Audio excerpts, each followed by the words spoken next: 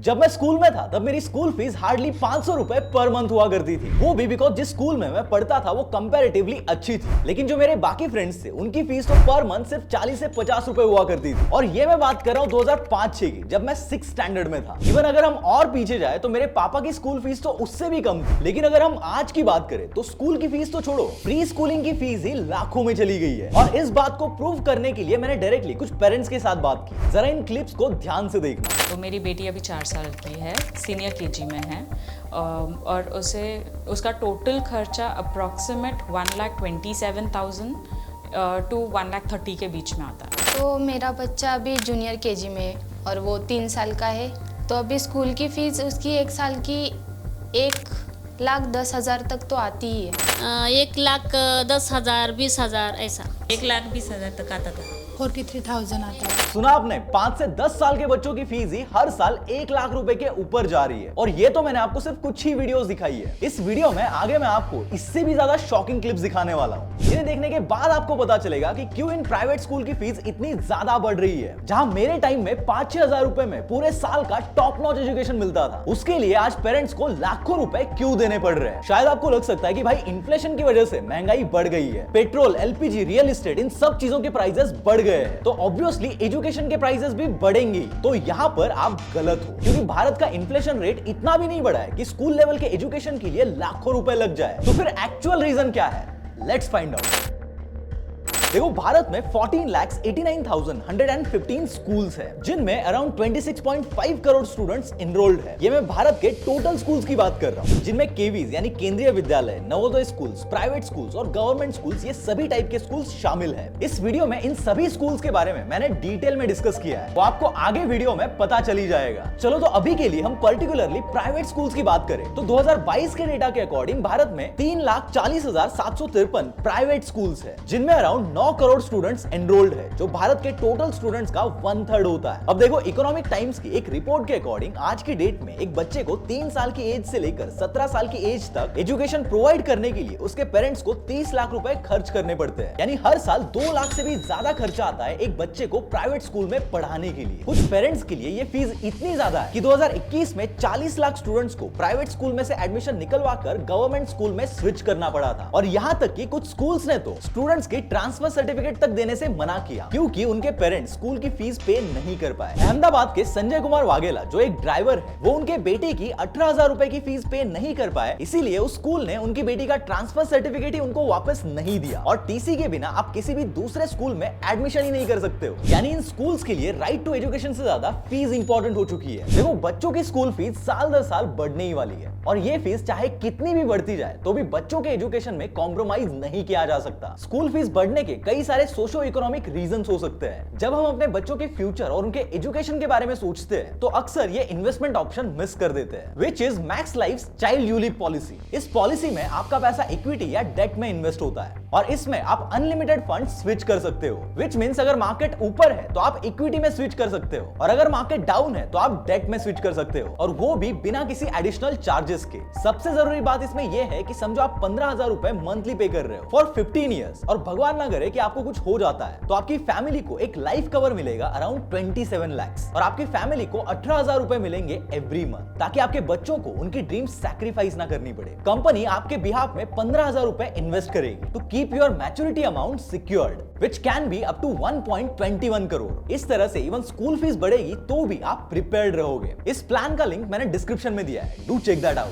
Now let's get back to the video. देखो, 2005 में पर ईयर एजुकेशन की कॉस्ट, जिनमें बुक्स, स्टेशनरी, ट्रांसपोर्टेशन, इन सब का खर्चा मिला जुला कर ऑन एन एवरेज 35,000 रुपीज लग जाते थे। वही 2011 में ये एनुअल कॉस्ट 94,000 रुपीज पर पहुंच गई, और 2011 से 2023 तक आते आते ये फीस 2 लाख रुपए पर ईयर से भी ऊपर चली गई, और इवन हो सकता है कि आने वाले कुछ सालों में इससे भी कई गुना ज्यादा बढ़ जाए। लेकिन अब क्वेश्चन ये आता है कि ये फीस इतनी रैपिडली इंक्रीज क्यों हो रही है। तो देखो, इस ग्राउंड रियलिटी को समझने के लिए हमने डायरेक्टली कुछ पेरेंट्स से कांटेक्ट किया। ये एक्चुअली कंपलसरी नहीं होता है, लेकिन फिर भी हमारे पास चॉइस नहीं होती है, क्योंकि स्कूल का लोगो है, उनके बुक्स में ही स्कूल का लोगो, स्कूल का नाम सब होता है स्कूल में, और बुक्स वगैरह था, कपड़े वगैरह थे, सब बाकी का खर्चा अलग रहता। तो देखो, इनकी बातों से इतना तो क्लियर हो जाता है कि ये स्कूल प्री स्कूल लेवल के लिए जो इतना ज्यादा चार्ज कर रही है, उसके पीछे मेनली ये कुछ फैक्टर्स इन्वॉल्व है। तो चलो इसे वन बाय वन डिकोड करते हैं। हम हम बुक्स की बात करें तो देखो प्राइवेट स्कूल्स यहाँ से भी अच्छा खासा पैसा बना लेती है। नॉर्मली एनसीईआरटी की जो बुक्स 1200 रुपए में मिल जाती है, वही सेम बुक्स प्राइवेट स्कूल्स में 4500 रुपए में खरीदनी पड़ती है। ये प्राइवेट स्कूल आपको कुछ बुक शॉप्स के नाम बता देते हैं और आपको उसी शॉप से बुक खरीदने को बोलते हैं। इन शॉप्स के अलावा आप बुक तो छोड़ो पर एक कॉपी तक बाहर से नहीं खरीद सकते।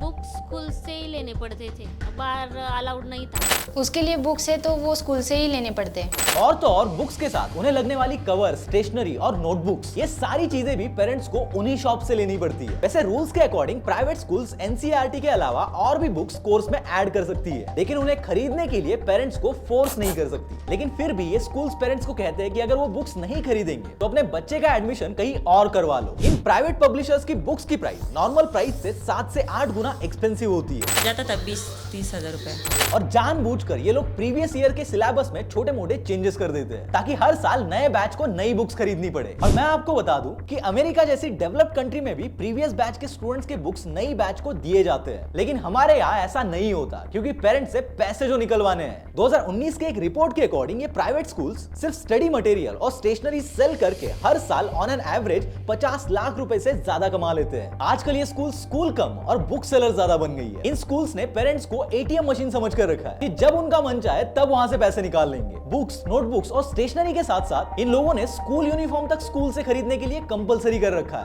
नोटबुक, यूनिफॉर्म सब स्कूल से ही लेना पड़ता था। और वो भी एक नहीं बल्कि 2-2, 3-3 यूनिफॉर्म के सेट्स बच्चों को लेने पड़ते हैं। जब कुछ स्कूल के प्रिंसिपल्स को इन सब चीजों के बारे में पूछा गया तब ये कहते हुए उन्होंने इस बात को इग्नोर कर दिया कि हम लोग पेरेंट्स को कुछ फोर्स नहीं करते, बस उन्हें हम रिकमेंड करते हैं कि आपको जो भी बुक्स, यूनिफॉर्म और स्टेशनरी लगेगी वो आपको स्कूल के बुक स्टोर में अफोर्डेबल प्राइस में मिल जाएगी। सो आपको बाहर के मार्केट में यहाँ वहाँ चक्कर नहीं लगाने पड़ेंगे। लेकिन आपको एक इंटरेस्टिंग बात बताऊं, स्टेट गवर्नमेंट के रूल्स के अकॉर्डिंग कोई भी स्कूल सेल्स एक्टिविटी का पार्ट नहीं बन सकती। वो पेरेंट्स को सिर्फ कुछ बुक स्टोर्स के नाम रिकमेंड कर सकते हैं। तो अब इन प्राइवेट स्कूल्स ने इसी रिकमेंडेशन के नाम पर बाहर के बुक स्टोर्स के साथ टाई अप कर रखा है, जहां से भी वो अच्छा खासा कमीशन लेकर पैसा बनाते हैं। ये स्कूल मोस्टली क्या करता है कि एक दिन रखता है और वेंडर्स को बुलाते हैं और फिर हम लोग जाके उस दिन पे बुक्स वेंडर्स के पास से परचेज कर लेते हैं।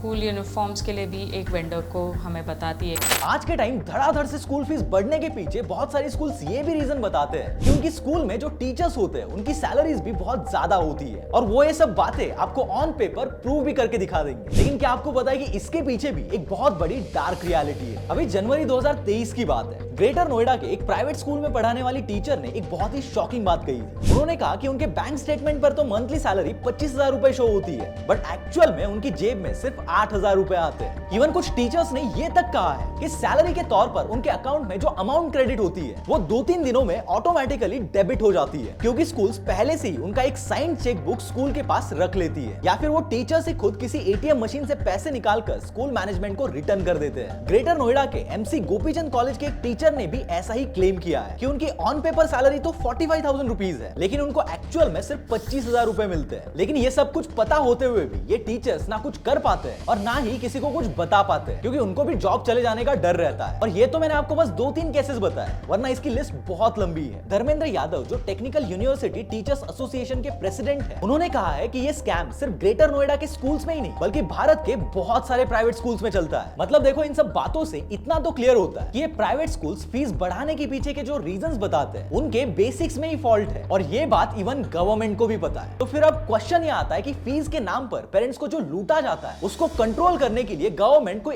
एक्शन क्यों नहीं लेती। तो देखो, अलग अलग स्टेट्स के गवर्नमेंट ने इन प्राइवेट स्कूल की फीस को कंट्रोल करने के लिए अलग अलग लॉज इंट्रोड्यूस किए हैं। जैसे कि दिल्ली के स्कूल्स को लेकर सुप्रीम कोर्ट ने कहा था कि दिल्ली में जितनी भी स्कूल्स को DDA यानी कि दिल्ली डेवलपमेंट अथॉरिटी ने लैंड अलॉट की है, उन्हें फीस हाइक करने से पहले दिल्ली गवर्नमेंट की परमिशन लेनी होगी। तमिलनाडु की गवर्नमेंट फीस फिक्सेशन मॉडल को फॉलो करती है, जिसमें गवर्नमेंट कमिटी प्राइवेट स्कूल ने प्रपोज किए हुए फीस स्ट्रक्चर को वेरीफाई करके अप्रूव करती है। सिमिलरली कोलकाता में भी 5,500 स्कूल्स को डायरेक्टली स्टेट गवर्नमेंट के कंट्रोल में लाया गया है। एंड सिमिलरली महाराष्ट्र, कर्नाटका, गुजरात, आंध्र प्रदेश जैसे बाकी स्टेट्स ने भी अलग अलग लॉज इंट्रोड्यूस किए हैं। तो फिर इतने सारे लॉज इंट्रोड्यूस करने के बाद भी इन स्कूल्स का हाल वैसा का वैसा ही है। सो द क्वेश्चन इज कि इतने सारे लॉज इंट्रोड्यूस करने के बाद भी इन प्राइवेट स्कूल की फीस कम क्यों नहीं हो रही है। तो देखो, भारत के इन कुछ स्टेट्स ने फीस कंट्रोल करने के लिए लॉज तो इंट्रोड्यूस किए हैं, लेकिन उन लॉज को स्ट्रांगली इंप्लीमेंट नहीं कर पाए। और गवर्नमेंट भी कहां तक ध्यान देगी, क्योंकि ये प्राइवेट स्कूल्स अलग अलग तरीकों से, for example digital classroom, extra curricular activities, infrastructure, modern teaching जैसी फैसिलिटीज के नाम पर पेरेंट्स से पैसा वसूलती है। चलो ये तो हुआ एक रीजन, लेकिन इससे बड़ा रीजन है कि इन प्राइवेट स्कूल्स को चलाने वाले कोई ऐसे वैसे लोग नहीं होते हैं। Most of the private schools को पॉलिटिशियन या फिर उनके रिलेटिव्स चलाते हैं। 2016 में दिल्ली के deputy chief minister Manish Sisodia ने एक कॉन्फ्रेंस में कहा था कि जैसे प्राइवेट स्कूल्स में पढ़ने वाले स्टूडेंट्स का नंबर सर्वे किया जाता है, वैसे कितनी प्राइवेट स्कूल्स को पॉलिटिशियंस ओन करते हैं ये नंबर भी सर्वे किया जाना चाहिए। 2019 के एक रिपोर्ट के अकॉर्डिंग तमिलनाडु की डीएमके पॉलिटिकल पार्टी के लीडर और उनके कुछ रिलेटिव्स तमिलनाडु में 40 प्लस स्कूल्स चलाते हैं। And you know what's even more shocking, Bharat में बहुत सी ऐसी प्राइवेट यूनिवर्सिटीज हैं जो यूजीसी, एआईसीटीई, एमसीआई जैसी गवर्नमेंट और सेंट्रल बॉडीज ने सेट किए हुए क्राइटेरिया को भी फुलफिल नहीं करती है।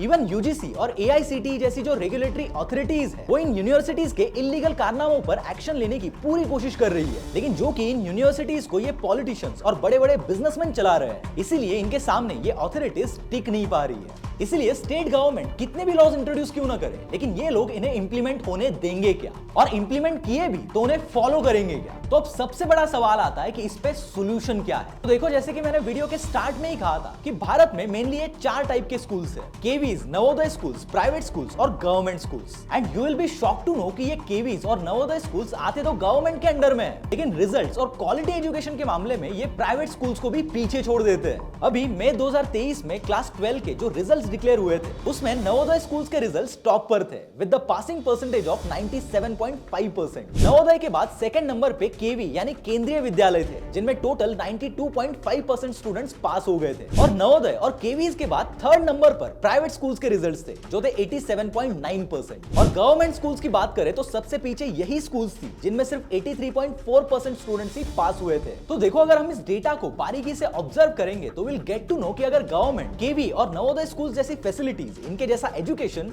बाकी गवर्नमेंट स्कूल्स में रिप्लिकेट करेगी तो ऑटोमेटिकली गवर्नमेंट स्कूल्स की डिमांड बढ़ जाएगी और प्राइवेट स्कूल्स को तगड़ा कंपटीशन मिल जाएगा, क्योंकि बॉस प्राइवेट स्कूल्स का पूरा game he demand and supply chain पर चलता है। मेन दिक्कत यहाँ पर यह आती है कि केवीज और नवोदय स्कूल्स में बहुत लिमिटेड सीट्स अवेलेबल होती है, इसलिए हर किसी को इन स्कूल्स में इजीली तो एडमिशन नहीं मिल पाता। तो अब पेरेंट्स के पास बस 2 ही ऑप्शंस बचते हैं, एक तो वो बच्चों को प्राइवेट स्कूल्स में डालेंगे या फिर गवर्नमेंट स्कूल्स में। 2013 में एक ASER यानी annual status of education report publish हुआ था। इस रिपोर्ट में पता चला कि भारत के रूरल एरियाज में 5th स्टैंडर्ड के 53% स्टूडेंट्स को ठीक से रीडिंग भी नहीं करने को आती है। तो अब इसी बात से आप अंदाजा लगा सकते हो कि प्राइवेट स्कूल्स और गवर्नमेंट स्कूल्स में से पेरेंट्स अपने बच्चों के लिए कौन सा स्कूल चूज करेंगे। ऑब्वियसली प्राइवेट स्कूल, क्योंकि उनके पास दूसरा ऑप्शन है ही नहीं। और पेरेंट्स के इसी मजबूरी का फायदा ये प्राइवेट स्कूल वाले जमकर उठाते हैं, क्योंकि उन्हें पता है कि भारत में माँ बाप एक बार एक टाइम का खाना कम कर देंगे लेकिन बच्चों की एजुकेशन के लिए कॉम्प्रोमाइज नहीं करेंगे।